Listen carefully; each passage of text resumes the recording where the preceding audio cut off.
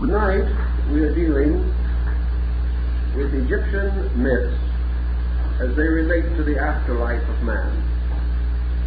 So we must clarify not only our knowledge or lack of knowledge of the Egyptian life way, we must also clarify the different positions and convictions held within Egypt itself during a long period of its history.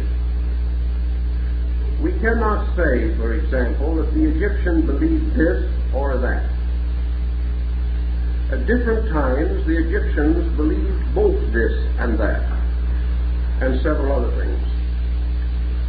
A people developing a culture over a period of nearly 5,000 years passed through innumerable phases and moved from one cultural platform or level to another.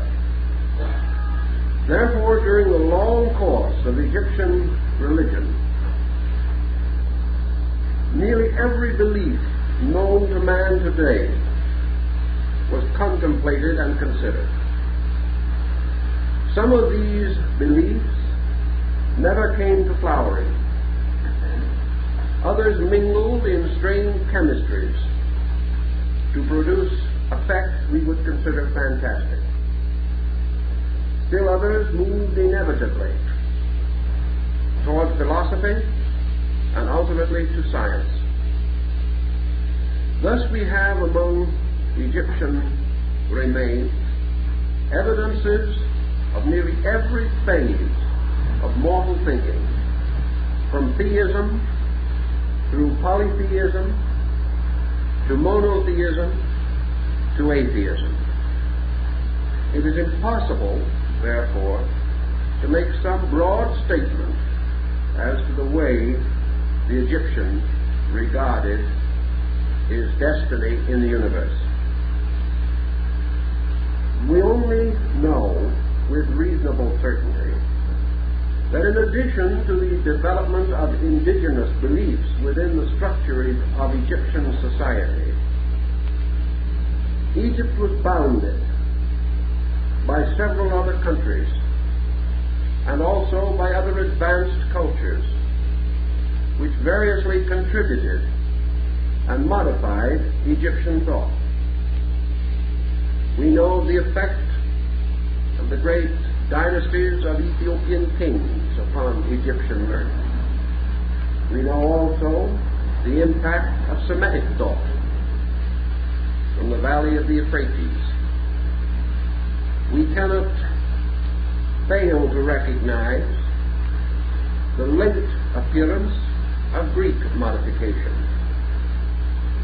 All of these and other forces, some of them probably coming from far Asia, influenced the gradual development of Egyptian religion. Egypt, as the cradle of Mediterranean civilization, also exercised in its own turn a powerful influence upon later cultural patterns. A great part of Mediterranean culture, including arts, philosophies, religions, and sciences, a great part was modified or changed by Egyptian culture.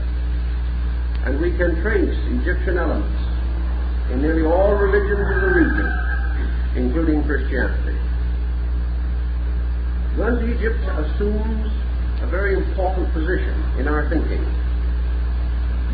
And we must try to understand something of the experience through which the Egyptian passed in the development of his culture. Several Egyptologists insist that early Egypt was unaware of any monotheistic teaching, unless we assume such teachings to have been achieved in the nome of Heliopolis. Actually, there is much to indicate that the early Egyptians did contemplate the possibility of one divine being at the root of life. This certainly did have its day of recognition during the reign of Amenhotep IV, whom we know as Akhenaten. This pharaoh was a complete monotheist. But of course, this is attributed in part to the Semitic blood in his family. The Egyptian, we know, was early concerned with the state of himself after death. To study his art and the psychological impact of his numerous and diversified achievements is to come to one conclusion about which there seems to be no difference of opinion. The Egyptian loved life. He was not a person burdened with nostalgia or remorse. Even though in many periods he must have had a difficult time, his country was riddled with wars, his leadership was frequently inadequate. But above all, and in spite of all, he loved life. From the beginning, then, death was approached with a rather strange attitude. Death to the Egyptian was not a release from anything. He did not look forward to a blessed state in the world beyond. In the same spirit, death was not a reward for anything, because punishments and rewards were familiar to him, and he accepted them as part of his natural existence. We are not surprised, therefore, to find that there is no concept of heaven as we understand it, or conviction of hell as we fear it in Egyptian religion. The Egyptian realized that the individual had to depart from this world. Naturally and inevitably, the Egyptian also believed and required the belief that death was not the end of human experience. It seemed much easier, even to the early Egyptian, to assume that death was merely a separation of a being from a body. The body returned to the earth, or perhaps later was magnificently embalmed and placed in a gaily ornamented sarcophagus. The Egyptian was convinced that the soul within the body lived on. He did not believe that death represented any essential change in the nature, temperament, disposition of the person. It was a change of place only, not a change of essential state. It never occurred to him that death would transform the living into superior beings or inferior beings. He was not, therefore, inclined actually to worship the dead, because it would be like simply worshiping some relative whose limitations we already recognize. This might seem to vary somewhat from the phenomenal facts available, but we must remember that the deification process in Egypt, like that in China, and essentially like that in ancient Japan prior to the rise of a comparatively recent efflorescence in Shintoism, that this deification of the dead was restricted to the ruler, inasmuch as Egypt was a theocracy. In Egypt, The king, or Pharaoh, was a god, was the embodiment of God, was the instrument of God in this world. He was the extension of the divine power into the human state. But early the Egyptian made another discovery, which affected him considerably in his psychology of life. He realized that the Pharaoh as a symbol and the Pharaoh as a person, these were two distinctly different things. Pharaoh as a symbol, as a concept, was divine. But Pharaoh as a person was not always adequate, not always sufficient to his own divine responsibility. Thus Pharaoh was an immortal mortal. He had divine attributes, and the concept was worthy of veneration and worship. But the Egyptian was too much of a realist to ignore the little man under the concept, to ignore the fallibility of the human being.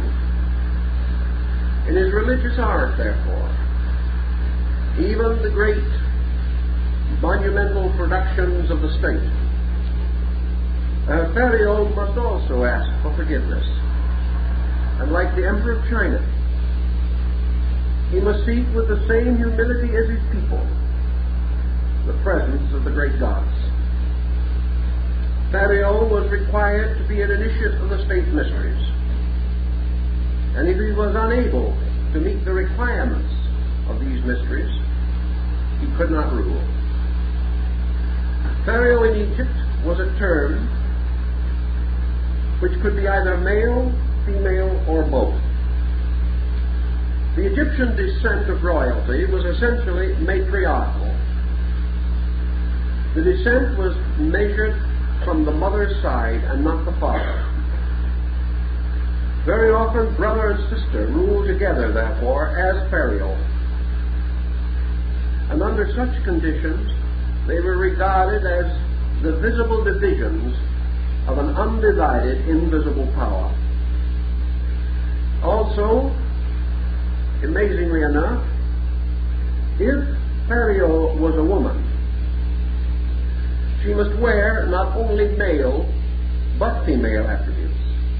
And if Pharaoh was a man, he must also wear both male and female attributes. This is not uncommon in theocracies or divine states of government. The same is true in Tibet.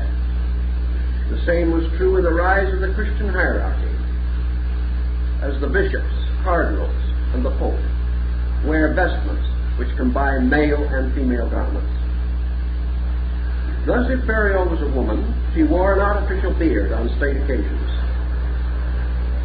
And the Pharaoh wearing the full regalia of his office. If he was a man, always wore suspended from his back the skin of a lioness, and was referred to as male before and female behind. Thus the androgynous concept of Pharaoh also early developed within the Egyptian consciousness. Pharaoh as God, therefore, was regarded as having a unique destiny. But this destiny was not generally shared and was reserved for the members of the royal dynasty.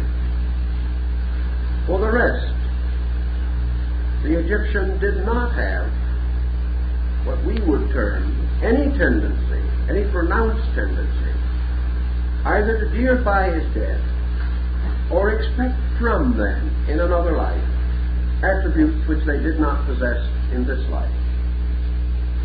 During the power of the Scholar Council of the pharaohs in Egypt, there was, however, a magical factor introduced.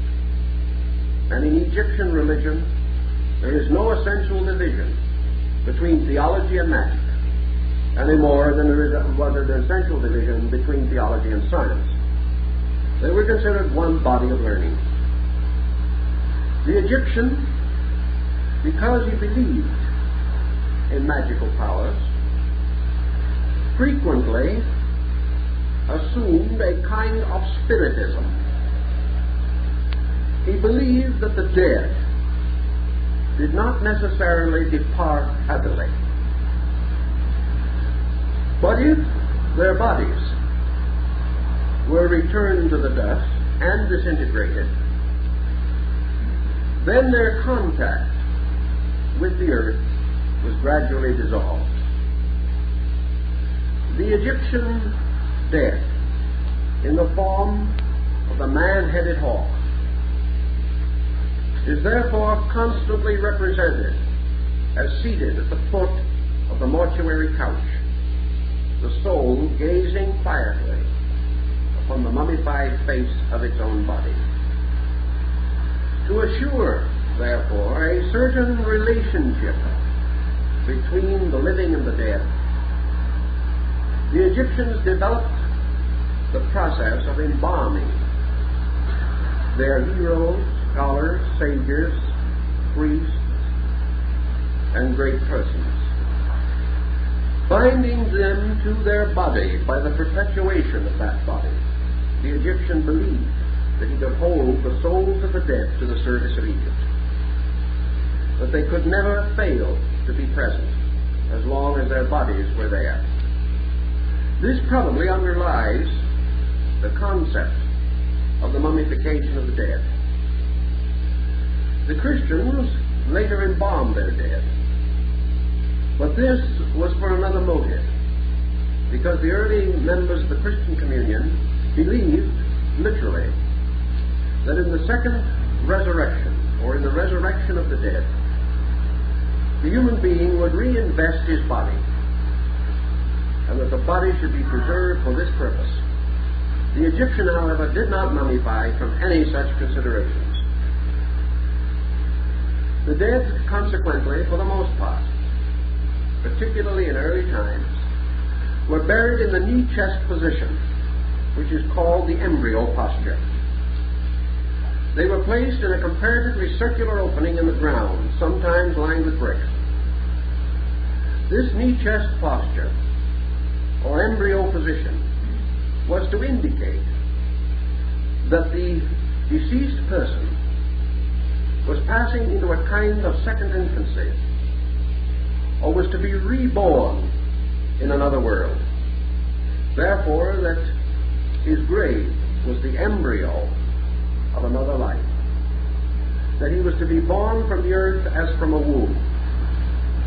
Not, however, was this birth to be regarded as different, merely in another place. And in this other place, the Egyptian believed firmly that the state of the deceased person would be determined and measured by his earthly condition. If, therefore, he had made certain achievements during his material lifetime, he would continue to enjoy these achievements. If he did not achieve, he would not have the same degree of enjoyment. Later, magic came in again. And so literal did the concept of the afterlife become in the Egyptian consciousness, that it was considered proper, in fact obligatory, to bury with the dead any such belongings, household goods, ornamentations, raiment, and even food that the soul might need in the afterlife. There was a time at which the Egyptians, like many other ancient people, the Chinese for example, actually believed that the deceased person lived his second life in his own grave. Therefore, his grave was usually a series of rooms or apartments, suitable to supply him with all pleasures and conveniences. The walls were well decorated, not only with pleasant scenery, but with admonitions to morality, virtue, and ethics, so that he might live in the constant sense of improvement. He was supposed to enjoy his afterlife in the same way that he had enjoyed his material estate. Later, the articles buried with the dead were reduced to symbolical equivalents, and it was believed that a tiny image of a servant was just as good as the servant. The Egyptian apparently had already learned to realize that in some mysterious way the utility of these objects depended not upon themselves, but upon the mind of the person who was deceased. If the mind of the dead vitalized these objects, they became useful. If this mind did not vitalize them, they did not become useful. Later, we find the gradual rise of one of the most important cults of Egypt, and that was the rise of the great Osirian cycle, centering around the deity Osiris, who was regarded as the son of Saturn, and held later by the Greeks and Latins to be the equivalent of their Zeus or Jupiter. Osiris, however, combined in one person the attributes of many deities, and a number of later mythologies borrowed phases of these attributes. The philosophy of the Egyptian about Osiris is probably more profound than we realize. And here again we must pause for a second. Let us remember that Egypt was not a savage or untutored land. As we look upon the great architectural monuments of this people, we know that they were learned. We know also that we have a psychological tendency to discredit the learning of the past, or to depreciate anything that might cast a shadow on our own grandeur. But let us face it, the Egyptian was a civilized man. He was a thoughtful man. He had nearly every problem that we know today. We have this from the records. He suffered from high taxes and protective tariffs. He knew very much about debt. He had to borrow money at usurious rates of interest. He recognized property laws. He recognized social obligations. His courts were highly legislated and legalized. His jurists were well trained. His physicians were informed according to the best standards of their times. His scholars were educated. His philosophers were wise and noble. We cannot then assume that a man of this kind, or descent of such men, would over a series of thousands of years affirm the literal acceptance of fables and legends. We must more rightly observe that the sacerdotal mysteries of these people were concealed beneath obligations and oaths, and because they were part of the initiate system of antiquity, they veiled their doctrines in allegories and fables. We have accepted the fables as the facts, and because most of the ancient records are lost, if they were ever committed to writing, which is very doubtful, we have no way of correcting our own perspective.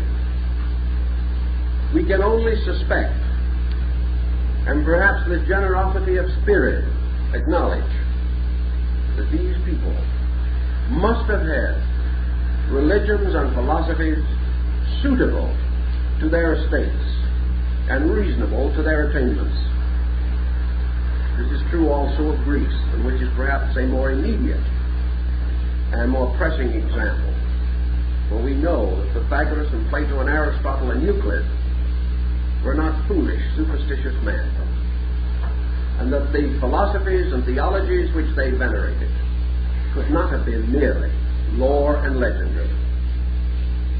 In Egypt, therefore, the moment we come upon a great cycle, such as the Osirian cycle, we must begin to parallel it with other comparatively equivalent cycles, such as the great Vedic cycle of India, and the Puranas and Bharatas. We can also see in it the theogony of Hesiod and the great epic poems of Homer. We can parallel it with the Bharata, the Mahabharata, and the Ramayana, all of it the great sagas of the Nordic peoples. These were tremendous accounts of things mysteriously set forth. Osiris in Egypt must then have not only been regarded as a deity by the humble, the uninformed, and the unschooled, but must have stood in the presence of the informed and the enlightened for principles, for realities, which they could comprehend and which their intelligence would demand. We are not therefore surprised to discover that the Egyptians early recognized Osiris as one deity within which a division of deities took place. Isis, Nephthys, Anubis, Typhon, Horus. These deities were not separate from Osiris. They were the very parts and members of himself. So we are able to appreciate why the 42 assessors of the dead in the ritual of the psychostasia are all supposed to have been aspects of the deity himself, the God within whom all these things live and move and have their being, and that gods and godlings are really not separate creatures, but phases or aspects of one creature, one being. And this being for the Egyptian of the Middle Period was Osiris. He recognized Osiris in 4 principal attributes or forms, and these in themselves should tell us that we stand at the gate of a great philosophy. Osiris was first Osiris Ptah, or my Lord the Light. Ptah was the light of the mind and the light of the world. But it was more than intellect. It was the light which enlightened intellect. Therefore, perhaps Osiris Ptah was the Egyptian name or formula or symbol for the term that we call consciousness.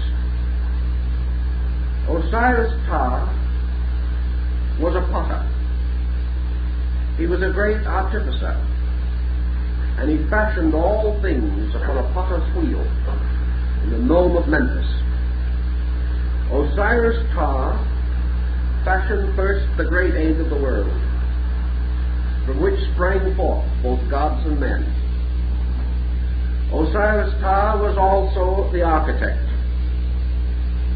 the base and substance of those archetypal designs which are to be everywhere manifested through creation. Thus, the primary aspect of the deity was consciousness, containing within itself the design of all things, and manifesting that design through the initial action of creation, or as the Egyptian would insist, of generation. Because the Egyptians did not believe in spontaneous creations from nothing. They believed in eternal generations from antecedent causes. This is one of their basic tenets. The second phase of Osiris was Osiris Horus. And here we find the peculiar relationship of father and son. The father who is his own son. The son who is his own father.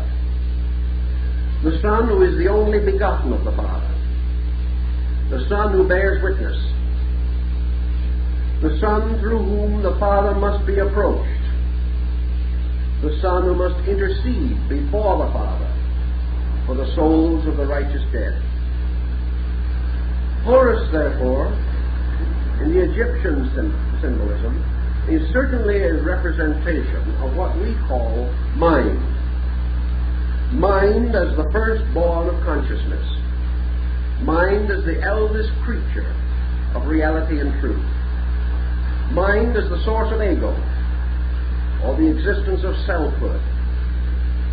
So that all things in themselves and of themselves are sons of the Father. And that all things partake of this parenthood and bear witness.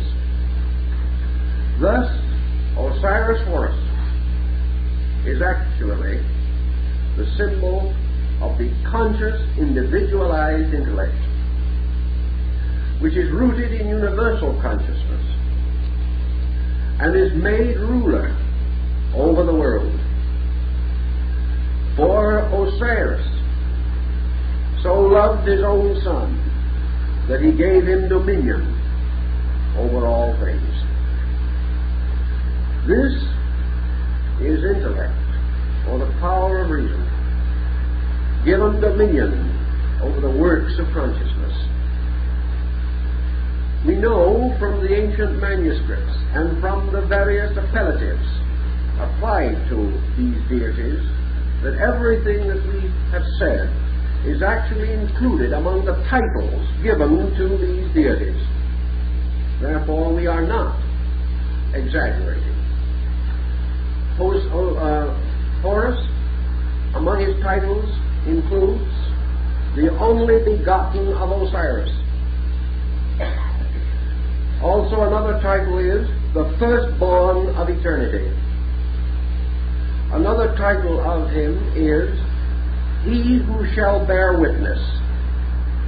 Another title of him is the Redeemer. Still another, the Intercessor. He is also called the Bridge and the Door. And it is said of him that he guards the house of his Father. By the time you add maybe 100 or 200 of these appellatives together, you begin to get a fairly accurate concept of what the Egyptian was attempting to convey. The third aspect of Osiris was called Osiris Lunus, and he is represented, ornamented, and adorned with the lunar crescent. Osiris Luna was worshipped as the nocturnal sun, or the son of the night. And from the terms and appellatives again, we find that he is the Lord of the astral light and presides over the mystery of imagination. He is therefore Osiris of desire, Osiris the beloved. He is the one who emerges as the great dreamer, the one whose dreams are always true. He represents the entire internal, subjective, psychological life of both man and the universe. He is the Osiris of hope, of faith, and of the great desire. He is the Osiris who rejoices in the music of the sistrum. He is the Osiris of drama, who wears the masks of many faces. He is the Osiris who moves with the spring and brings forth the harvest. He is the Osiris who is the spirit of growth. He is also the one who giveth his beloved sleep, so that those in their dreams may come to him. He is strangely a mystical deity. A deity not to be known by the reason, but to be found in the strange vistas of sleep. Something, as we find in their ancient writing, that is to be known by the doing. Now there's an interesting term, that which is to be known by the doing. It looks as though what the Egyptian is reaching for is our concept of experience. that God, that power which is experienced by man when he seeks within himself the source of life, when he moves from the objective to the subjective, he passes into the strange white path of the moon that leads in and away into the secret gardens of hope where the shrine of the great God stands. Altogether, the symbolism, the poetry, the constant recurrence of the strange, subtle drama of these nocturnal ceremonies celebrated upon islands by the lights of torches tell us something of the mystical yearnings and longings and convictions of this ancient people. The fourth deity, or the fourth form of the god, is Osiris Typhon. Now, the Egyptians recognized Typhon as the principle of evil, or the principle of destruction. And from his name has come our word, typhoon, the great storm, the tremendous agitation of the elements. Actually, as we have said, the Egyptian did not believe in a principle of evil. He did not believe that Osiris was evil. He believed that Osiris in substance as universal consciousness was infinite good. Yet he makes what he would term evil, or what we regard as evil, as an attribute of this power. It has no separate existence. It is a condition of good. To the Egyptian, Osiris Typhon, represented frequently by the famous water horse, or the hippocampus, the hippopotamus of the Nile, living in water, mud, and slime, a strange, grotesque, ungainly creature, was the proper and natural and inevitable symbol for that broad term we now cover by the word matter. Osiris Typhon was the material or physical world, the physical body of things. We can thus understand why the god is represented with a living head adorned with the plumes of victory, his hands holding the triple scepters of the three worlds, but the lower parts of his body covered with the wrappings of the dead. These wrappings of the dead are the vista or sphere or world of Osiris Typhon, the abode of the dead. Thus, to the Egyptian, the material world was the nearest thing to evil that he could conceive. And yet we have already said that he loved it, that he did not view material life as punishment. He reviewed it, considered it as a natural course of things. Yet he could not fail to realize that this material world is a sphere of conflict,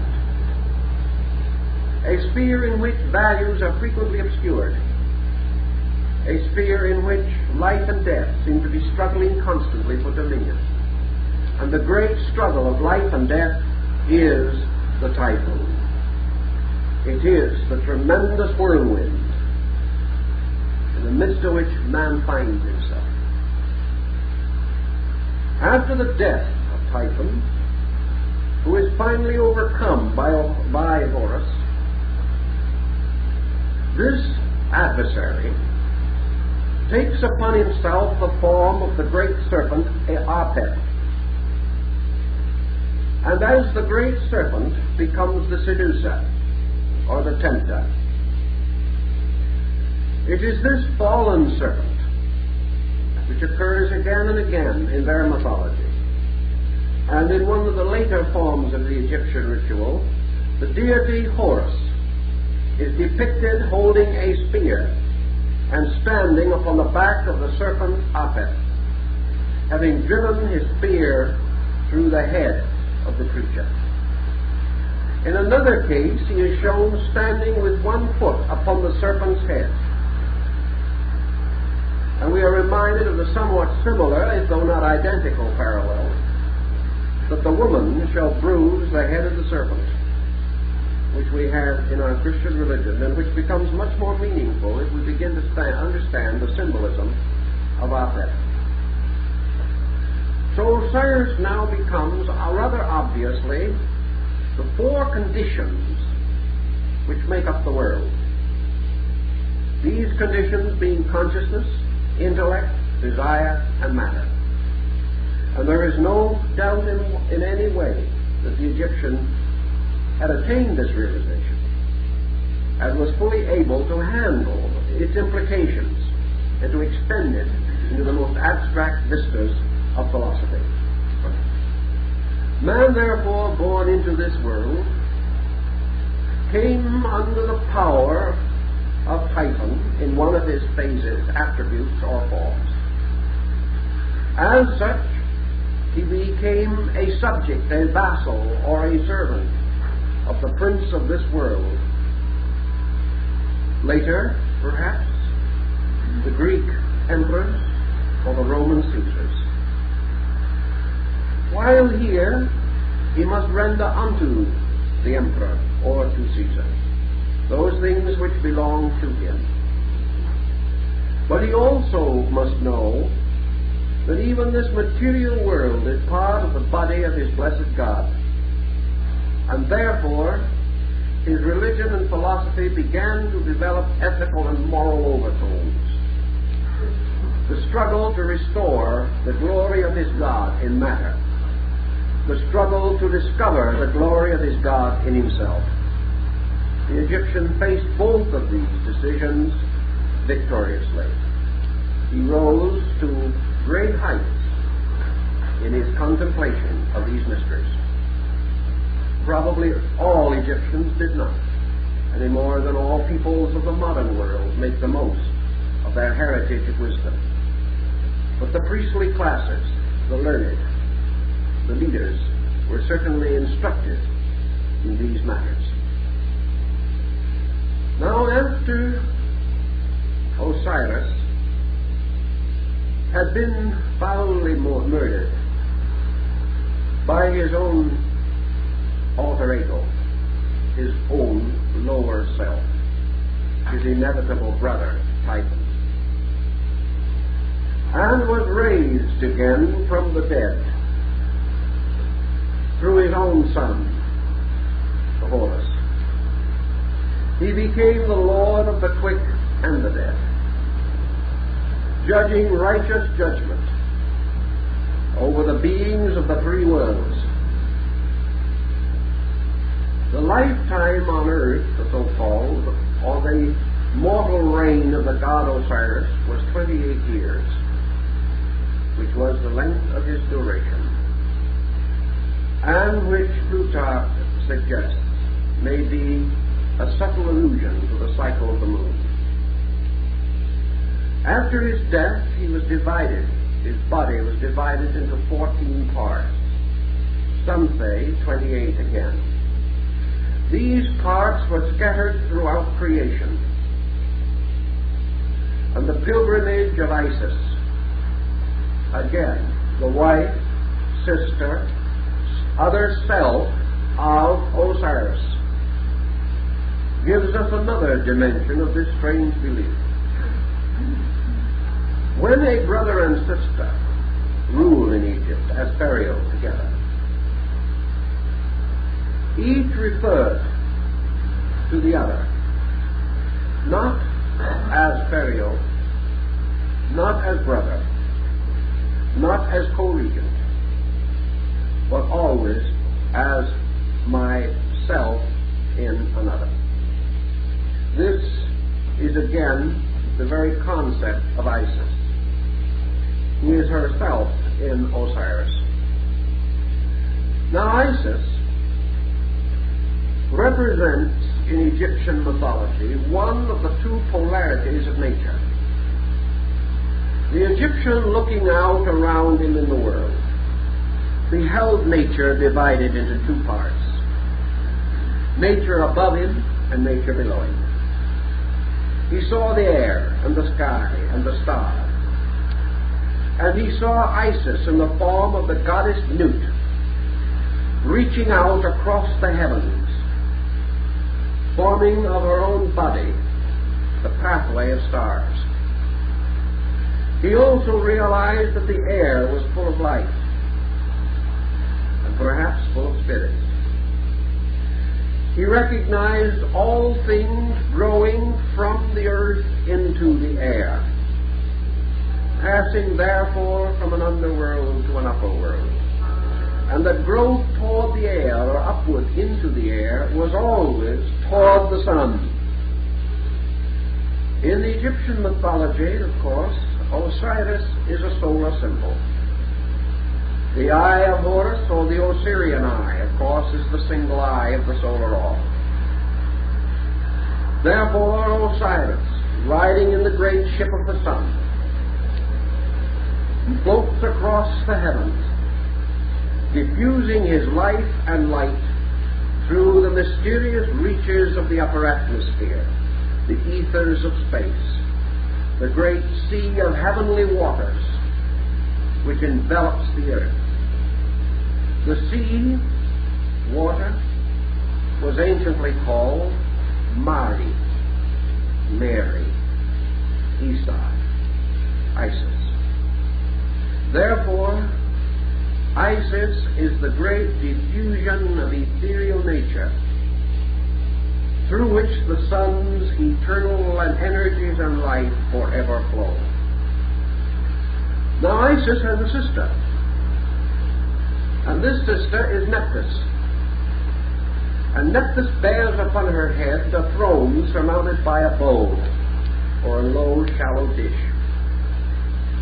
This bowl is the symbol of the under half of the earth's surface. Therefore, the above and the below are sisters. And where one ends, the other begins. And the energies which flow through space flow also downward into the earth, which is the abode of Nephthys.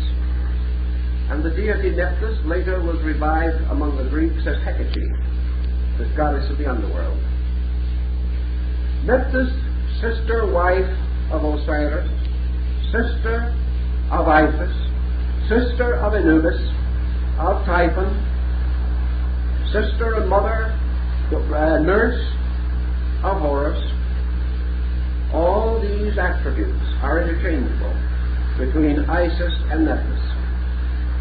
And when Osiris is seated upon the great throne in the hall of the twin truths, as Lord of the quick and the dead, Isis stands upon one side of him and Nephthys upon the other. And they are the ancient counselors, and they are the ones who must say, we are content. The above and the below must agree. The interior and the exterior must agree. The superior and the inferior must agree. And this again perhaps is of the basis of the great Hermetic axiom, that which is above is like unto that which is below. That which is below is like unto that which is above. And of this mystery is the generation of all things. Now where the bowl of heaven above meets the rim of earth below, there is the long line of the mountains. Now these mountains, or perhaps only the open sea, but there is the wall between the above and the below. And on this roaring ridge of division between that which is superior and that which is inferior, there stands another deity, who is really the product of the mingling.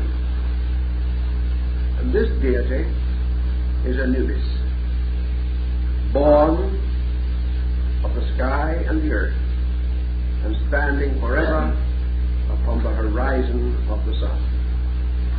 This is a very profound bit of thinking. For what is Anubis? Anubis is the jackal one, who principally lives in the night and is forever crying in the darkness. Anubis is also the faithful guardian protector and friend of the godly family. Because after all, he is only again Osiris as Anubis. He is part. He is not another deity. He is another phase of the deity. Now out of light and darkness, the above and the below, and their strange minglings, comes the being who is to be restored to us in one system of mythology after another. In the Grail cycle, he is Gurnemon, the old knight, who guards the destinies of choirs. In the Arthurian cycle, he is Merlin the magician, who goes to sleep in a house of crystal. In the Divine Comedy of Dante, he is Virgil, conducting the soul through the mystery of the underworld. In the mystery rituals of the ancients, he was the guide, the instructor, and also the one who vouched for the right of the candidate to advance into the rituals. He is still preserved in secret society rituals of this day. Anubis, then, is old and wise. Wise with the wisdom of the sky and the earth. Wise with the wisdom that comes from the motion of the sky upon the earth and the earth upon the sky. Or the motion of invisibles upon visibles, and contrary. How invisible causes bring visible things into being, and how all visible things change and modify the invisible worlds of which they are a part. So old Gurnemon, or Anubis, is wisdom, standing upon the horizon between light and darkness, the guardian of souls, the protector of the dead. Now when Osiris in his great ship of light passes triumphantly across the sky, accompanied by his retinue of attributes, because all these deities are parts of himself, he rides in a ship that has an eye upon it, because obviously the boat must see the way in which it is going. The Chinese do the same thing. They always put a pair of eyes on the front of their junks, because obviously ships will want to know the proper direction of travel. When the ship comes finally to the great gate of the west, it descends into the underworld. And when it reaches the edge of the underworld, there stands Anubis on the horizon to salute the dying sun of the world and the rebirth of the invisible sun. Now let's realize what happens. For it is said that the sun, when it goes to sleep, or the great ship goes downward beyond the horizon, that it enters into the plains of Alu, the house of shadows. And the house of shadows has 15 gates, leading in all directions. But there are 2 gates that are most great. And one is the gate of the diminishing, or of the departing, which is the great gate of the west. For into that gate passes the solar ship when darkness comes upon the earth. The regency of the world is turned over from the Osirian sun to the Osirian moon. The other gate is the great gate of the dawning, the gate of the east. And in the mysteries of the world of Alu, of all the gates, these are the 2 that the souls of men must most regard. For it is written in the book of the breathings that those who pass to sleep through the gate of the west will after a time depart from the underworld like the great ship of the sun through the triumphant gate of the east. Therefore all things will go down with the sun, will rise with the sun.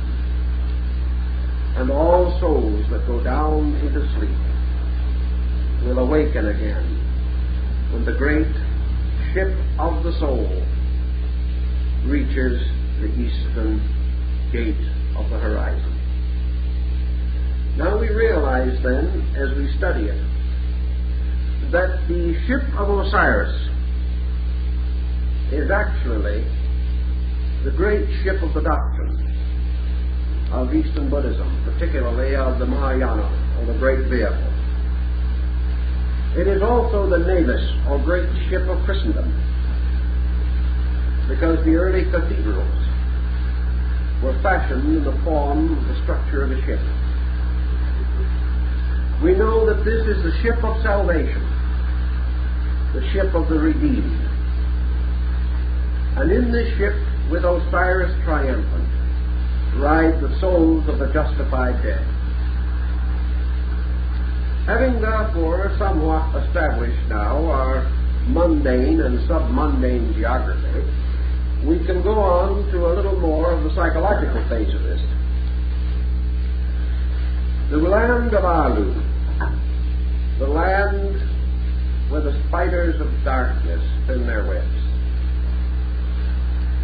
is like the body of Osiris, divided into 14 parts. These parts are no longer referred to, however, as planes or worlds or states or countries or even counties. These parts are referred to in the Egyptian ritual as houses. Therefore, there are 14 houses of the dead. The 14 houses of the dead are referred to in the book of the Breath of Life. And in it is said that in the great land of Osiris there are many houses. And therefore, that in this land there is an abode proper to each and to all. It is almost identically the same statement. In my Father's house are many mansions. And this great land that is guarded by the gates of Alu is called Amentet, which means, literally, the support of Amen. And the word Amen, in this case, is certainly the cause and source of our religious, we might say, formula, or strange invocational word, Amen. Amentet, then, is the land of Amen. Or let there be peace between us would be a proper greeting. Here again we have references to early Ethiopian scriptures, where the priest rising says, I speak with the voice of Amen. This is a Christian priest, for he speaks with the voice, so be it, or the voice of let there be peace. In other words, invoking or stating the presence of a divine power. The plains of Amentet, then, represent the foundations of the peace from the word tet, or tet, which is added. The place or the abode of that which is, so be it. So mote it be. And about this, let there be peace. Also, we find in Arabic the continuation of this in connection with reference to the prophet. For whenever a pious Muslim uses the name of the prophet, he always adds his equivalent to this thought. For he says, Muhammad, upon whose name be peace. let it be so. It is. So be it. And this carries the entire concept, strangely enough, of Amentet, which means the peace of Ammon, or the place which Ammon has provided. The place, so be it. Now within this tremendous concept of another world or another life, we have many, many divisions. And because of the very same circumstances that affect our modern religious thinking, perhaps the Egyptian was more astute than we are, because instead of saying that heaven is a certain place and having another man disagree with you and saying it is another place, the Egyptian assumed that both men were right, because there was more than one place. You had the place you wanted, another man had the place he wanted. You could not say that heaven is like this or heaven is like that. Heaven is that which is, and so be it. For each man, so be it. It is strangely a world of deserts, of things expected, things presumed to be true. Whereas in the material world, the great hierarchy of the priests, who were referred to in ancient times as the voices of the Great One. Instead of a world of priests ruling over this other world, Osiris was himself the great priest king, the psychopomp of souls, the Pharaoh, the immortal mortal, the God King. This was his world, his land. And why was he there? Because he had been foully murdered. Because he himself had been cast into darkness. Because his heavenly kingdom had been taken from him. And because he felt the great pain of sorrow. He was Lord of the dead because he had known death. And because he had known death, he bestows life. And he bestows that which he knows. And he redeems because he has been redeemed and has risen triumphant over death, and is therefore King of death. We find exactly the same concept in the Maundy ceremonies and services preceding Easter,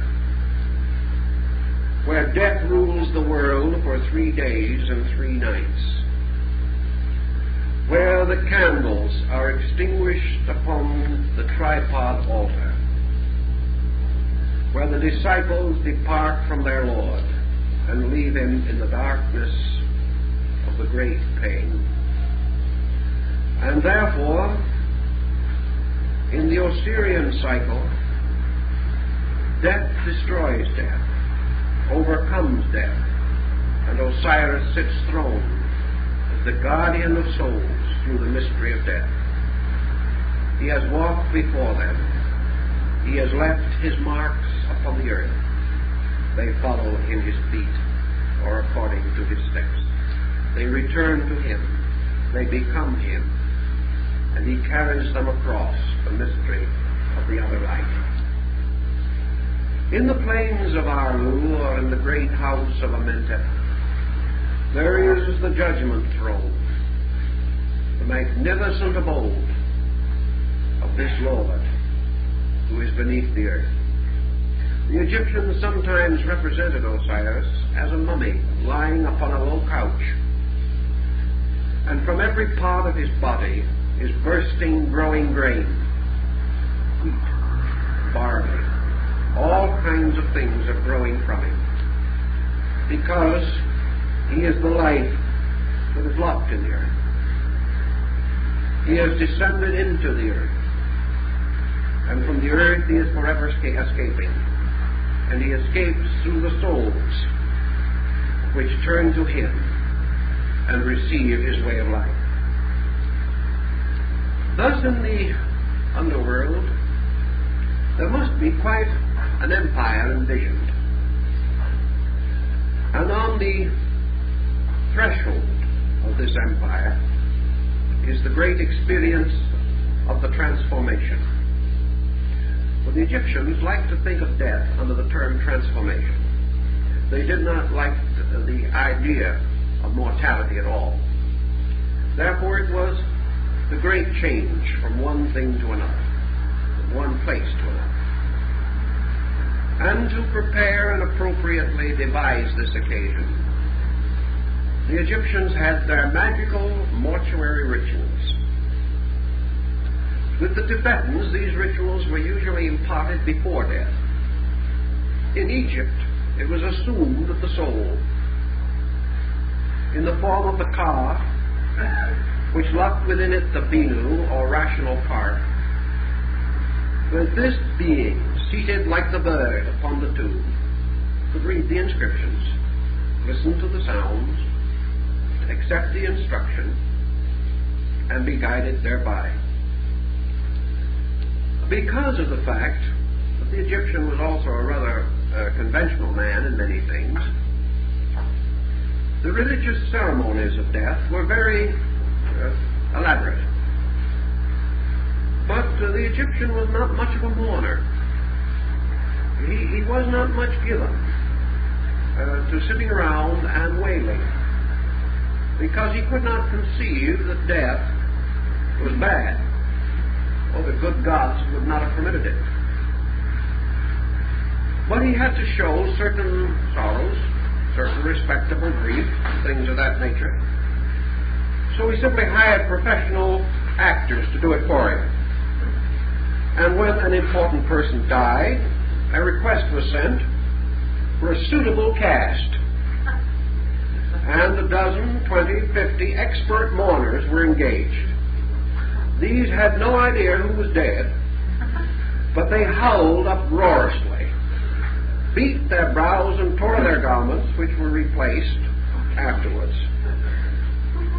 This was ceremonial, but it is not at all certain from any of the experiences that the Egyptian grief was more than a private thing. Naturally, the Egyptian missed those whom he loved. But he did not grieve for them. He grieved for himself because they were gone. He was sorry to lose them. It never occurred to him that they were badly off or had any particular need of him. As one of the Egyptians says of one of the dead, "Thou hast so little need of me, and I so much of thee." And that was his attitude. If there was any real consoling to be done, it should be bestowed upon the living. They were the ones who might have to change their ways of life, might have to make adjustments, might have to bring up children fatherless or motherless. They were the ones who had the harder part, because actually those departing followed the way of all life. It was just as natural and normal as changing your clothes. And it was the larger sorrow for those who remained here. But the soul, passing on, had certain problems to confront, because the Egyptian, as his religion tells us, was a serious man as far as his codes of principles were concerned. Like all ancient peoples, he regarded his future happiness as closely associated with his obedience to the laws of his faith. This did not necessarily mean in Egypt that he had to worship a particular god or at a particular shrine. There were no sermons, there were no sects and creeds as we know them. We are not even sure that the Egyptian had a religious textbook, because the only books we associate with him in religion are those associated with his dead. We do not know that he had anything that corresponds to a Bible. We do not know that he had any version available to him of words attributed to his God or anything of that nature. But he was permeated with a code that extended throughout his culture. And this code was a very simple one, essentially. It was a code to keep the law, both the law of God and the law of man, to live uprightly, to pay his debts, and to leave this world a better place than he found it, if such was possible to him. That he should not have inordinate attachments, unreasonable desires, or selfish ambitions.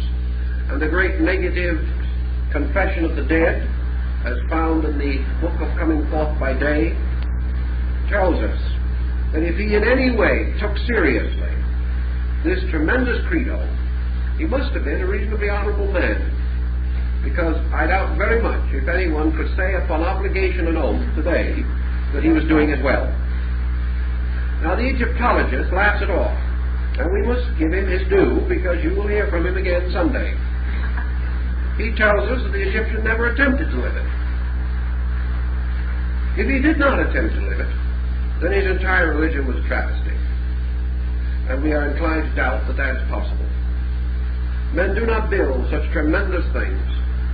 They do not sacrifice for so many centuries, bestowing all that they have upon the glory of their gods, simply because they are not believers, or because it means nothing to them. In Egypt, as in modern Israel, men built first the temple, then the home. And that is the concept everywhere in that world. We cannot believe that it was totally insincere. More likely, more reasonably, the Egyptian realized, as we all realize, that he would fall short of perfection. But like us, he had a hope. In fact, he had several hopes, some of them rather concrete, at least to his thinking. One was that the world was ruled by a God who had suffered and died as he would suffer and die, betrayed by his own brother. Furthermore, that this God had given birth out of himself to an eternal Son, his own beloved and only embodiment, and that this Son was an intercessor for the souls of the dead, and that the Son, speaking to his Father, asked forgiveness for those who fell short. The Egyptian also believed that a degree of failure was not as catastrophic as it would be in a different type of religion. Because, remember, he believed that there was a gate of the west through which he would pass into darkness, but also another gate in the east from which he would be reborn. He therefore held the doctrine of rebirth. And this gave him a conviction that perhaps he was not intended to be perfect all at once. He was rather intended to do as well as he could and be able to honestly say that he tried, and tried hard. And that seems to be the principal thing required of him. Beyond that, at the time of death, he was given a series of formulas, magical invocations, which he neither understood nor was able to generally apply. But each of these formulas would take him by one of the guardians of the darkness, and therefore would bring him safely into the judgment hall, where his true nature could be properly and honorably assessed. For Osiris was also a god whose body was filled with eyes, as in the story of the Papyrus of Ani. And the eyes of the god Osiris saw in all things and in all directions and through everything, seeing the hearts in things, and not deceived by the appearances or even by the minds of those things. Thus the Egyptian probably had a faith, a reasonable belief of a probable salvation. He also recognized, however, that in this world he got poor training for another world. Long before it had ever occurred to the majority of Western men, the Egyptian was beginning to estimate the problem of what he was going to do when he got into these wonderful houses of Amentet. He was not foolish enough to really think that he could plow the back 40 acres in the Elysian fields. He was not so completely lacking in imagination that he assumed that he could continue forever to have his slaves or to build monuments to his own memory, which may have been one of his principal avocations during life. Speaking of all this monument building, there is another interesting thought. Records have been found to indicate that all these great monuments were not necessarily testimonials to egoism, because the records tell us that there were great famines in the land, or that the Nile failed, and that the crops failed, and that there was no work for men. And one of the edicts says, and Pharaoh say, that no man can be honorable if he is merely supported by another. Said it is wiser to provide work out of the treasury, so that all men will still be paid for what they do, and idleness will not be rewarded. Now, we could bear that in mind on a number of occasions. Pharaoh apparently did have a God whispering in his ear at that moment. But in any event, the Egyptian, assuming that the soul had passed in its own way through the great trial, the psychostasia, which we have described to you on many occasions, and which perhaps we can not go into detail in again. The psychostasia does not represent an arbitrary code. The psychostasia did not mean that all men must pass the same test, for there was not some blazing covenant upon the walls of heaven. Each man had to be weighed according to his heart and its relation to truth. Therefore, if his heart was simple and he kept the law, the balance was still maintained, and he was permitted to pass on. Heaven was not for the scholar alone, for the wise man, or for the man who had cultivated virtues knowingly all his life. The great judgments all also found it good to weigh the heart of the simple man and reward him according to his simple works. No more was requested. He was not expected to know what truth was. He was only expected to keep the faith he had and live according to the good in his own light. So he passes on according to the Egyptian legends and fables, and in life he was a man of consequence, a very popular man in the community. He was the moneylender. Now, the moneylender in Egypt usually had his office on the steps of a prominent building. Here he set up his little scale and charged as usurious a rate of interest as the conditions would permit. But if he was a good moneylender at heart and believed in his gods, he gave honest weights and measures.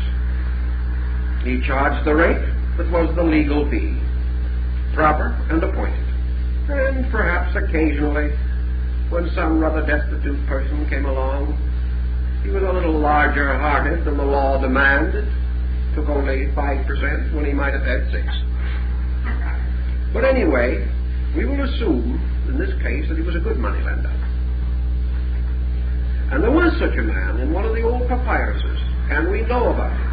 And we know that he balanced his scales at the portico of the Temple of Ra. And there, he advanced funds on this and foreclosed funds on that.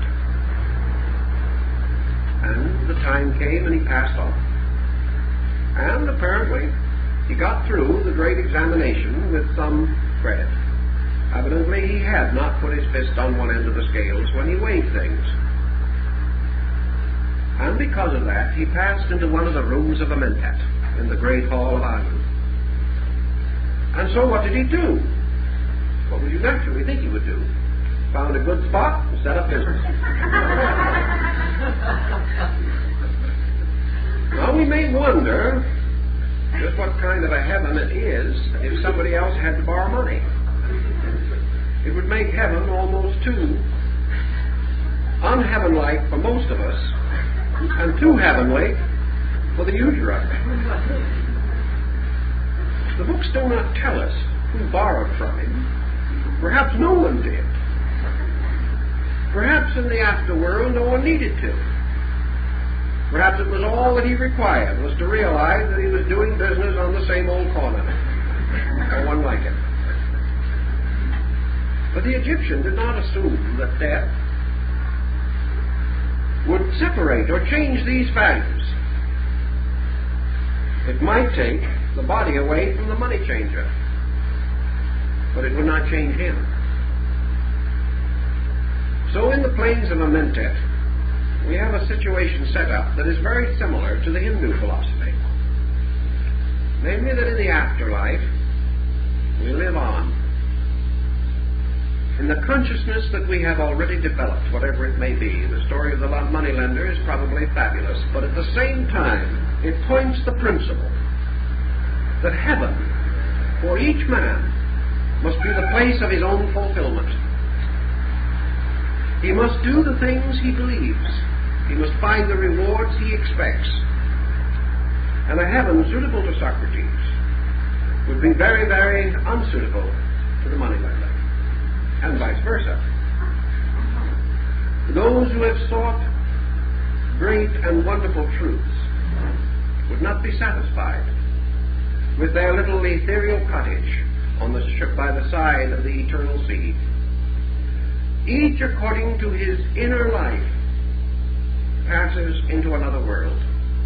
There goes on being himself, dreaming the dreams that have kept him and maintained him or directed him during his mortal existence. Now, if this person did not pass the great judgment, he might go to places which were not so pleasant. But there was no concept of hell. What he really did was to go to the kind of a place that he had created upon the earth. If he had made a bedlam out of his home, he would find a magnificent domestic bedlam waiting for him. He would go right on, causing the troubles and experiencing, because the Egyptian had already learned, as the Greeks learned from him, and they have told us, that the Egyptian concept of the afterlife was that each individual lived in the consequences of his own conduct. That the afterlife was the place where man lived with himself. That after the body was no longer there, and his faculties were no longer objectified and focused upon material things, this focus of power moved inward and settled within the magnetic field, so to say, of his own emotional mental life. Here the individual came face to face with himself. Here he had to get along with himself. And if the way we do it here is indicative, it would be well possible that over there he might have troubles at times. The individual who did not have a nice self to get along with was miserable. The individual who died in the excesses of dissipation, of selfishness, of greed, this individual had to face the sorrows which he had caused. Not because some deity did it, but because within himself were the tremendous complex of destructive forces from which he was not separated by death. This went on with him. This was the demon that tormented him. This is the power of Apep to beguile him. For he had fallen under the illusion, had failed to serve the gods, and had failed to seek the good. And for these failures, he must live in darkness. Now, in the Egyptian mythological concept of the afterlife, the lowest and the most negative of all these houses in Amentet was the house of the great sleeping. If the individual had within himself no light, no dream, or if in the terms of the ancient times he died denying the gods and denying his own sharing in them and denying his own part in the afterlife, this had no essential effect upon his drifting into this world beyond. But it meant that he drifted there with a state of internal rejection. As the old texts tell us, this man, though still alive, refused to live. He said, "I am dead," and never questioned who was saying it or how the dead could know that they are dead. He had preconceived his own destruction, his own annihilation, or through the evil of a conscience had declared that he was not fit to live. And upon his departure was utterly and completely ashamed of his conduct in life, and realized or believed that no good could come to him. Such as these, according to the Egyptians, were like those described in the visions of Aeneas, sleeping in the darkness. They were sleeping in strange, dark recesses, and when some came among them and shook them, they mumbled, "Disturb me not, for I am dead." And the Egyptians said that the only person who could say this was the person who believed in death. That death was a believing in death, and that there was no death but that believing.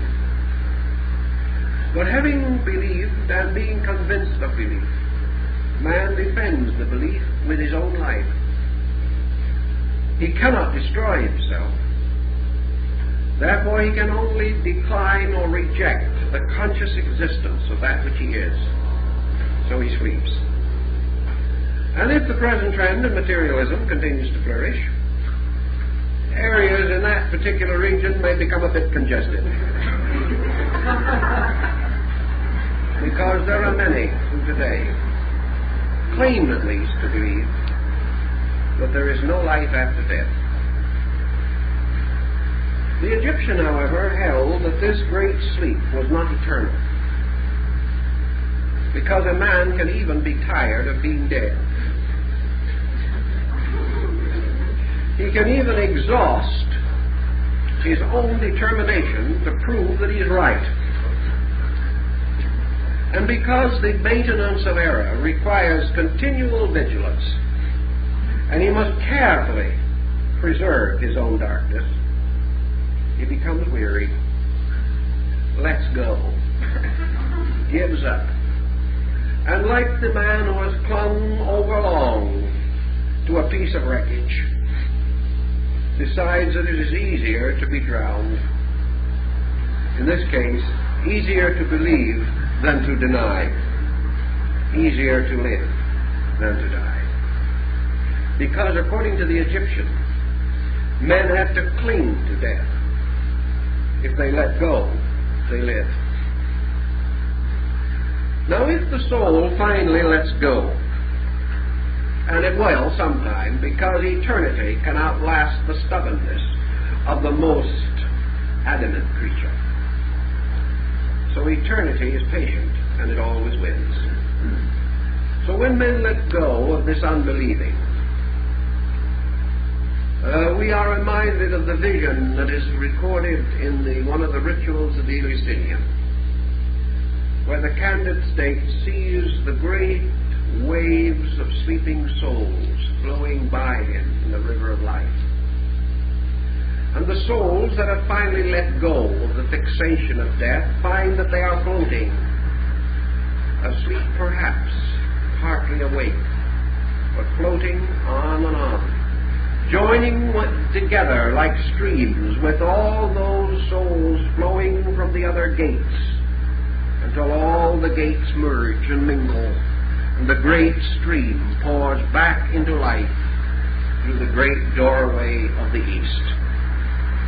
And in flowing back into life, they behold, as they approach, Anubis standing again upon the horizon, this time the horizon of the east. And we are remembered of a certain symbol of two St. Johns standing at the equinoctial and solstical points of a sphere. We are reminded of the gates of the east and west. And here Anubis stands ready as a bandmaster or the leader of a parade to act as the psychopompus or the herder of the secrets and sleeping souls. And as they gather at the gate, dawn comes, and out of the great stream flows the wonderful ship of Osiris, the luminous bark of the dawn, and in it is the god surrounded by light. And upon the ship are the souls of the redeemed. They flow with him into the great mystery of the day. Therefore, life, birth, is a coming forth by day. Death is a going forth by night. And there are 2 nights and there are 2 days. And both kinds are parts of day because they belong to the mystery of the sky and the air, are in the keeping of Isis, mother of mysteries, who must give birth to the man-child for the salvation of the world. And those who come forth by day come forth under the patronage of the mother, and they are born. And those who go forth into darkness by night and death meet there the dark virgin Nephthys, who gives them birth into the underworld. Now there is a second coming forth by day, for unless a man be born again, he shall not know the kingdom of God. And that which is called the second birth is the house of the great mystery, the great house of the Lord of Amenhotep, the great white house of Memphis. For this is the house of initiation into the great rituals, the house of the second birth. And over this presides again Isis, for Isis is the mystery temple, the mother of the sons, the mother, the widow, whose son shall inherit the earth.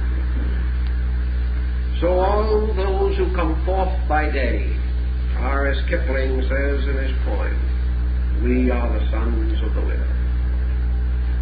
And because Victoria thought he meant her, she refused him knighthood for a number of years. That egocentric old lady didn't realize that there was anything in widowhood beyond the weeds of Windsor. But the widow is Isis seeking for her Lord.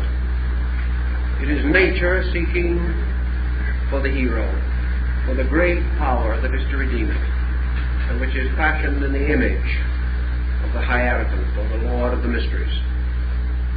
So souls coming into birth or rebirth materially follow in the great way a path of light, the rippling left behind by the ship of Osiris as it cuts through the sea of the sky. But Osiris also rules in that other ship, the house of the mysteries, the ship of the dark. And those who come forth in this house, into the house of truth, shall never again know night. For in the land of the redeemed there shall be no darkness. And in this concept, Osiris then becomes the Lord of the coming forth by day, the Lord of man's conscious decision to dedicate himself to truth, and to leave the shadows of birth and death as they burden the average man, to step into the immortal light of ever-consciousness.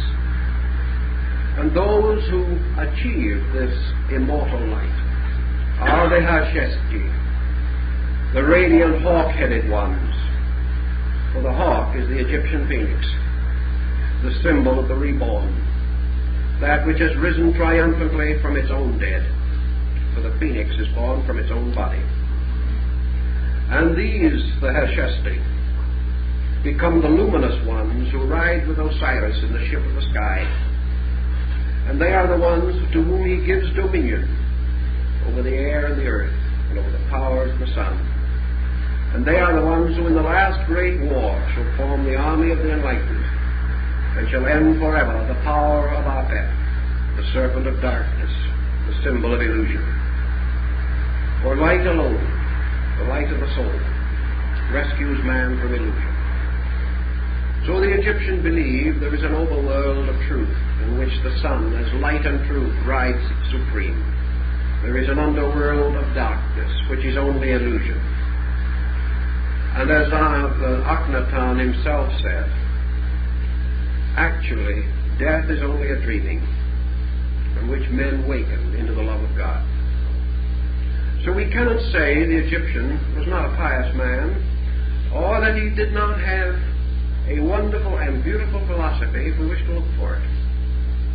Everything depends upon the way we approach it.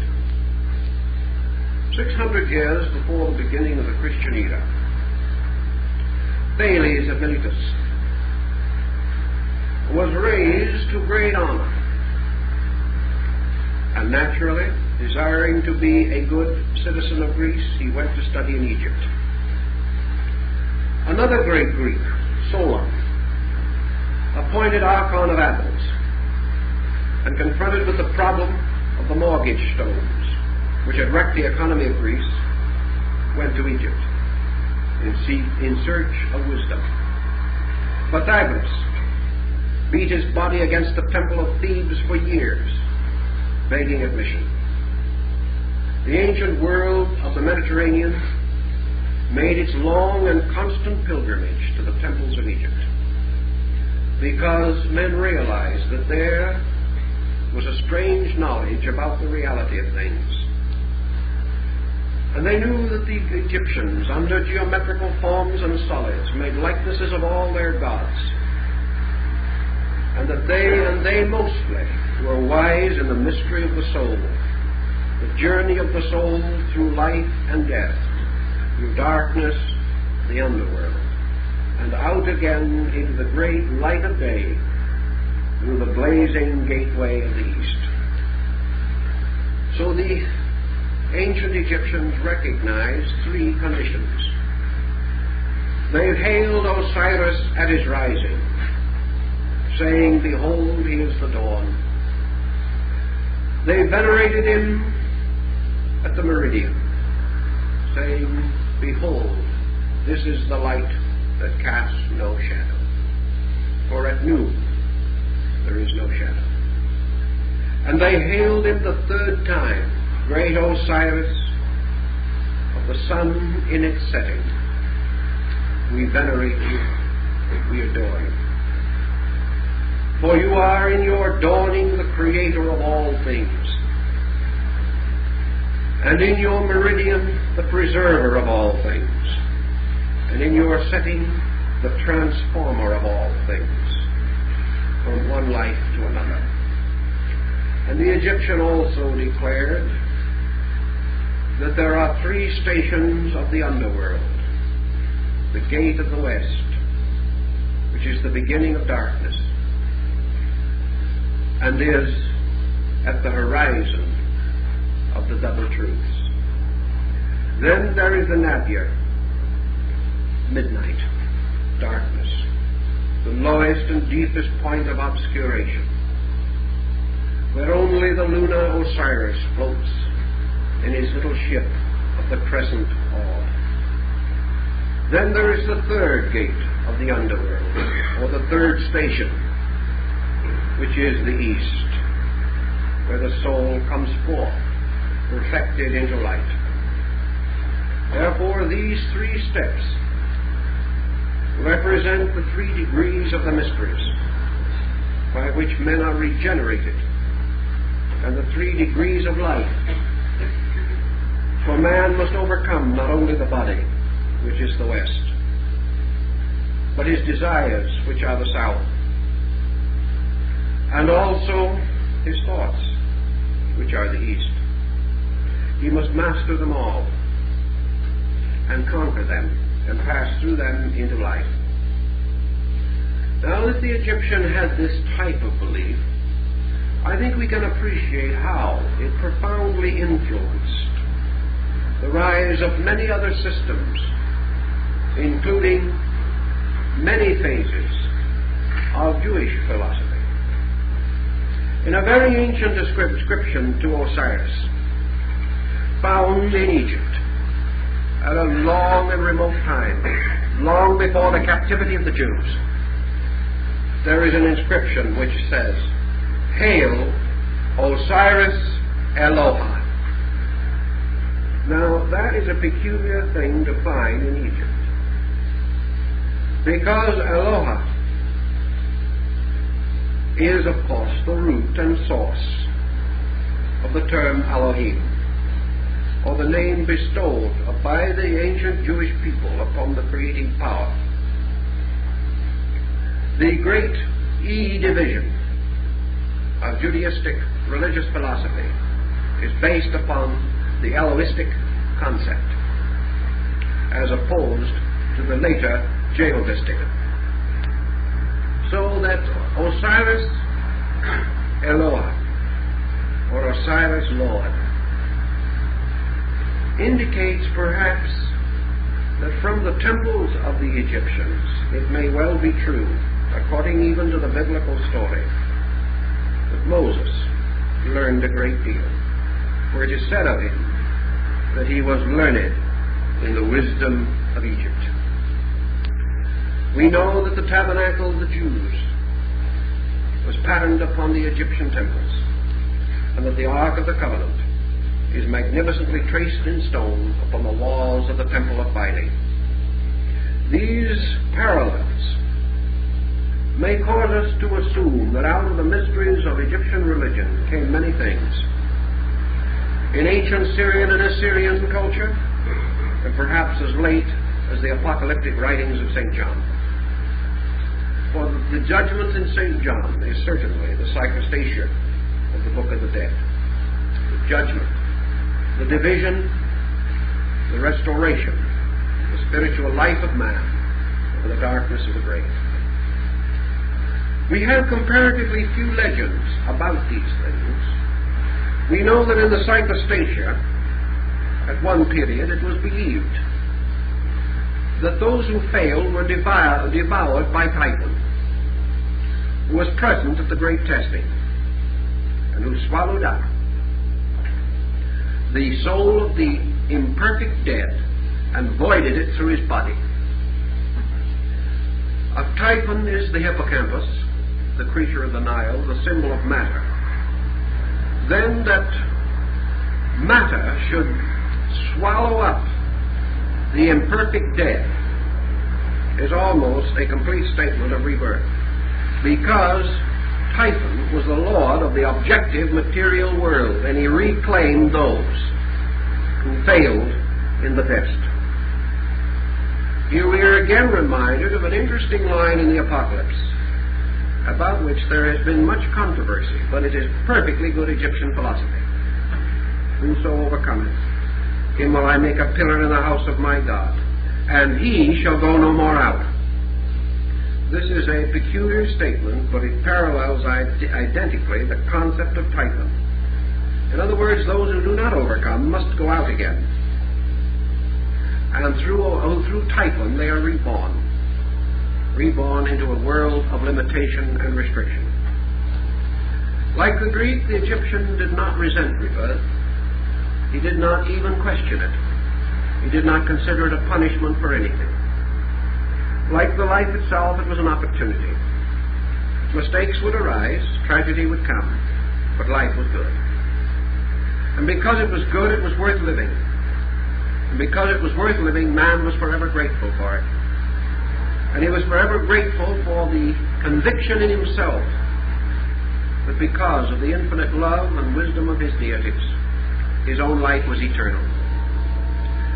He also believed that sometime, somewhere, some way, this great journey of birth and rebirth would end. He believed that sometime he would no longer be imperfect, and it would not be necessary for him to go out. And that when he had achieved to this end, he would have a place in everlastingness and be forever with his God.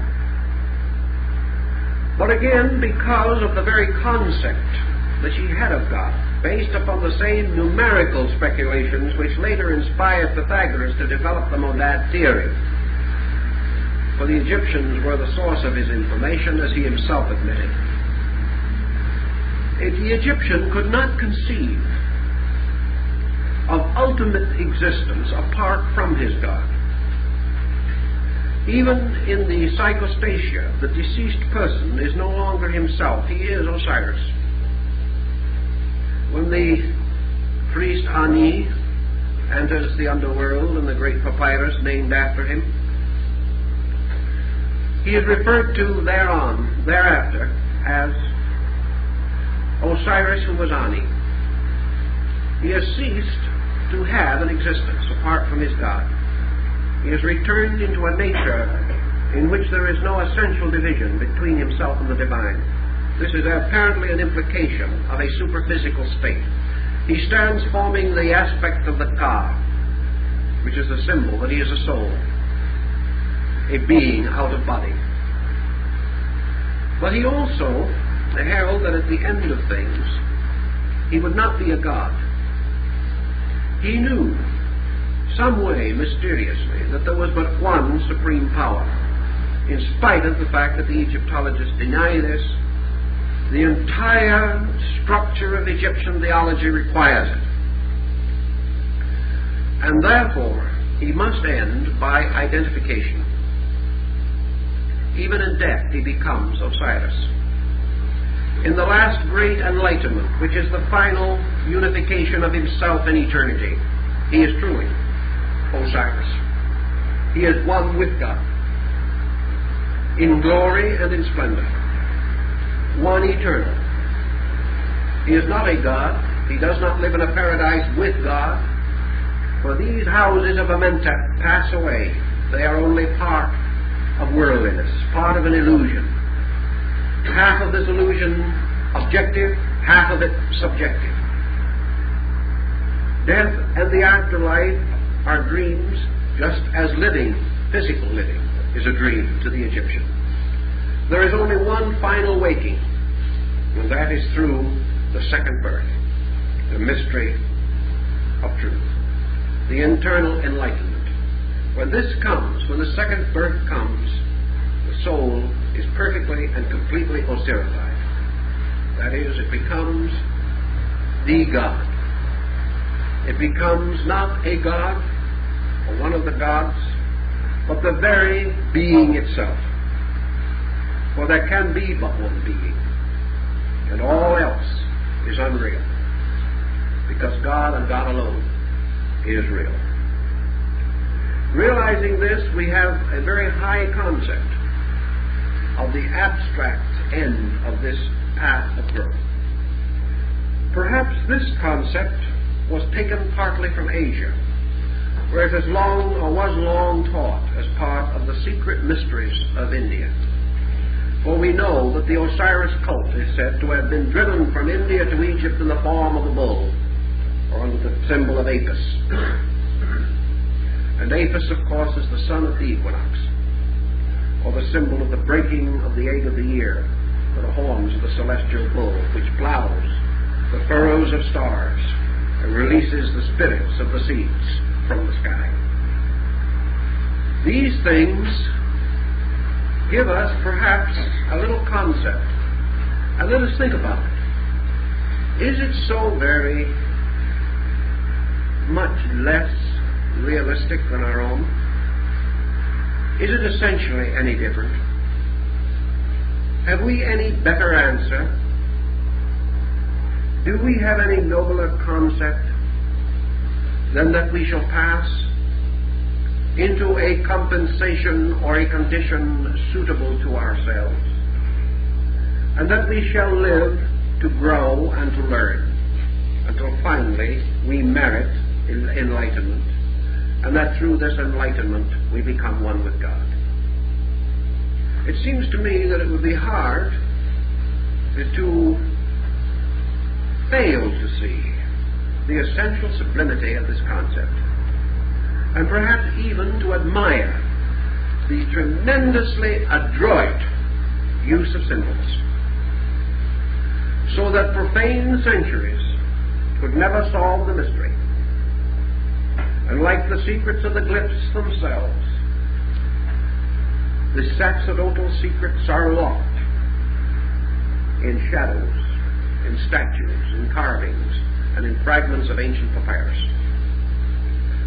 Yet if we are inclined to assume that they knew little and we know much, perhaps this is only what Hermes predicted over 2,000 years ago, when gazing upon the ruins of Egypt, he declares that the time would come when races and nations would rise and would really and honestly believe that the Egyptian had no ideals and no dreams, that he did not understand, that he worshipped beasts and birds. But Hermes pointed out that those very ones who accused him would also be worshipping beasts and birds of some kind. That those who did not believe he knew would themselves be bowing down to false gods. So perhaps Hermes was not so far from it. In any way, this gives us perhaps a little panorama of the Egyptian life way as it relates particularly to life after death.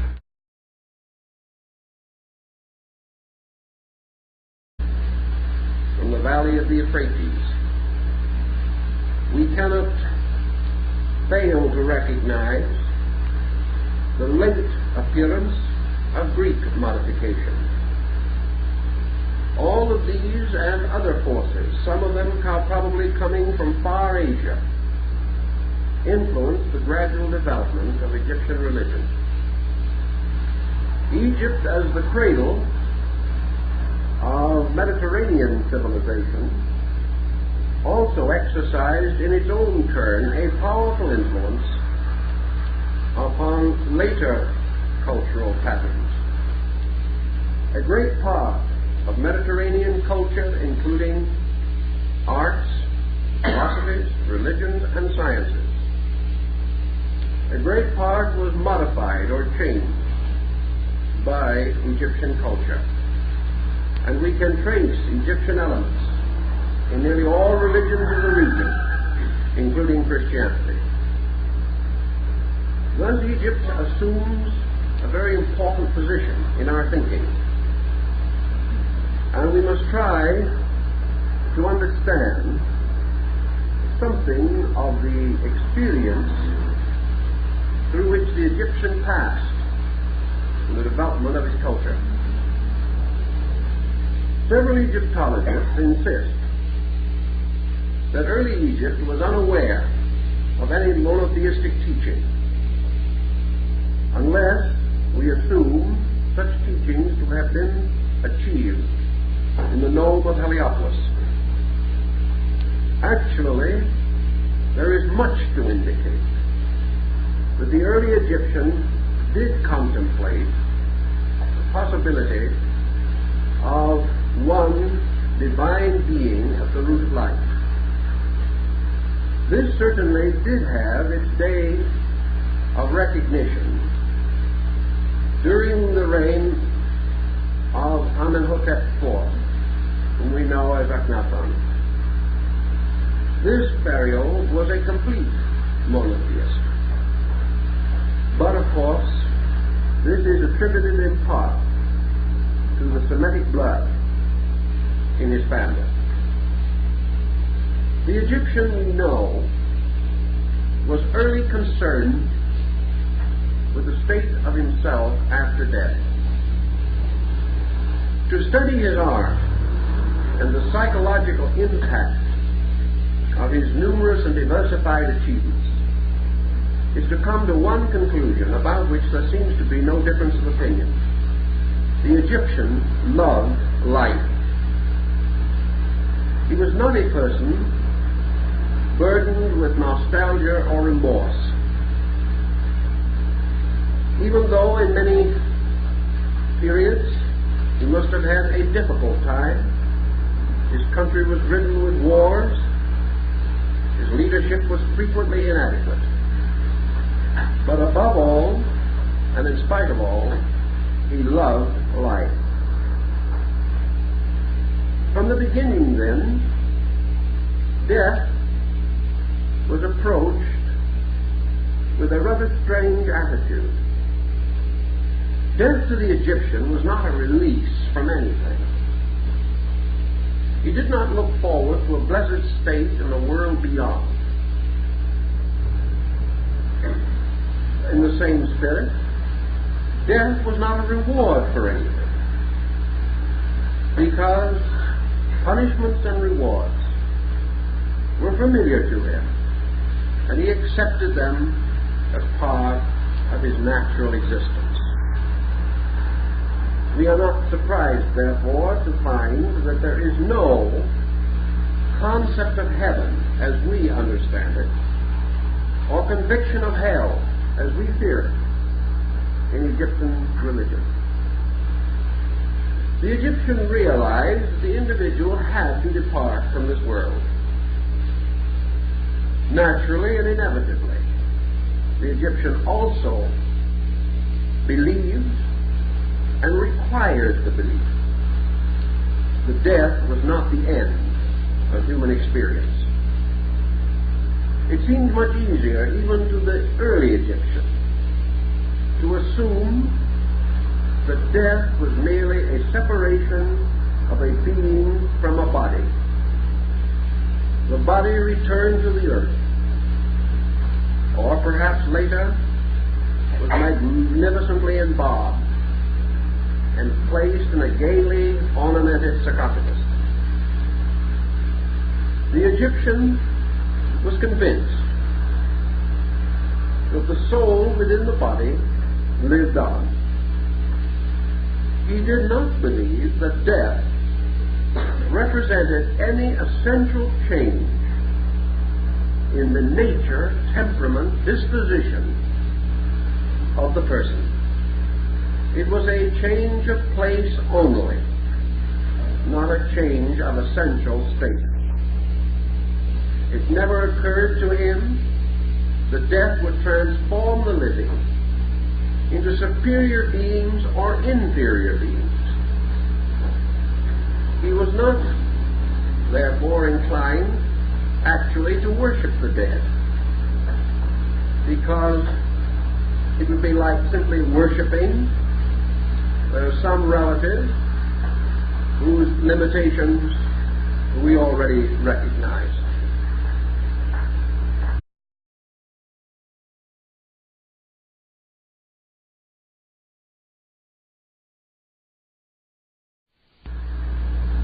Tonight we are dealing with Egyptian myths as they relate to the afterlife of man. So we must clarify not only our knowledge or lack of knowledge of the Egyptian life way, we must also clarify the different positions and convictions held within Egypt itself during a long period of its history. We cannot say, for example, that the Egyptian believed this or that. At different times, the Egyptians believed both this and that, and several other things. A people developing a culture over a period of nearly 5,000 years passed through innumerable phases and moved from one cultural platform or level to another. Therefore, during the long course of Egyptian religion, nearly every belief known to man today was contemplated and considered. Some of these beliefs never came to flowering. Others mingled in strange chemistries to produce effects we would consider fantastic. Still others moved inevitably toward philosophy and ultimately to science. Thus we have among Egyptian remains evidences of nearly every phase of mortal thinking, from theism through polytheism to monotheism to atheism. It is impossible, therefore, to make some broad statement as to the way the Egyptian regarded his destiny in the universe. We only know with reasonable certainty that in addition to the development of indigenous beliefs within the structure of Egyptian society, Egypt was bounded by several other countries and also by other advanced cultures which variously contributed and modified Egyptian thought. We know the effect of the great dynasties of Ethiopian kings upon Egyptian learning. We know also the impact of Semitic thought, the visible divisions of an undivided, invisible power. Also, amazingly enough, if Pharaoh was a woman, she must wear not only male but female attributes. And if Pharaoh was a man, he must also wear both male and female attributes. This is not uncommon in theocracies or divine states of government. The same is true in Tibet. The same was true in the rise of the Christian hierarchy, as the bishops, cardinals, and the pope wear vestments which combine male and female garments. Thus, if Pharaoh was a woman, she wore an artificial beard on state occasions. And the Pharaoh wearing the full regalia of his office. If he was a man, always wore suspended from his back the skin of a lioness, and was referred to as male before and female behind. Thus, the androgynous concept of Pharaoh also early developed within the Egyptian consciousness. Pharaoh as God, therefore, was regarded as having a unique destiny. But this destiny was not generally shared and was reserved for the members of the royal dynasty. For the rest, the Egyptian did not have what we would term any tendency, any pronounced tendency, either to deify his dead or expect from them in another life attributes which they did not possess in this life. During the power of the Scholar Council of the pharaohs in Egypt, there was, however, a magical factor introduced. And in Egyptian religion, there is no essential division between theology and magic, any more than there was an essential division between theology and science. They were considered one body of learning. The Egyptian, because he believed in magical powers, frequently assumed a kind of spiritism. He believed that the dead did not necessarily depart happily, but if their bodies were returned to the dust and disintegrated, then their contact with the earth was gradually dissolved. The Egyptian death in the form of the man-headed hawk. This might seem to vary somewhat from the phenomenal facts available, but we must remember that the deification process in Egypt, like that in China, and essentially like that in ancient Japan prior to the rise of the comparatively recent efflorescence in Shintoism, that this deification of the dead was restricted to the ruler, inasmuch as Egypt was a theocracy. In Egypt, the king or pharaoh was a god, was the embodiment of God, was the instrument of God in this world. He was the extension of the divine power into the human state. But early the Egyptian made another discovery, which affected him considerably in his psychology of life. He realized that the pharaoh is a symbol and the pharaoh is a person. These were two distinctly different things. Pharaoh is a symbol, as a concept was divine. But pharaoh as a person was not always adequate, not always sufficient to his own divine responsibility. Thus pharaoh was an immortal mortal.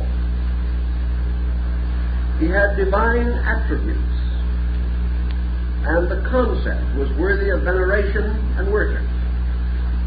But the Egyptian was too much of a realist to ignore the little man under the concept, to ignore the fallibility of the human being. In his religious art, therefore, even the great monumental productions of the state, pharaoh must also ask for forgiveness. And like the Emperor of China, he must seek with the same humility as his people the presence of the great gods. Pharaoh was required to be an initiate of the state mysteries, and if he was unable to meet the requirements of these mysteries, he could not rule. Pharaoh in Egypt was a term which could be either male, female, or both. The Egyptian descent of royalty was essentially matriarchal. The descent was measured from the mother's side and not the father. Very often brother and sister ruled together, therefore, as pharaoh. And under such conditions, they were regarded as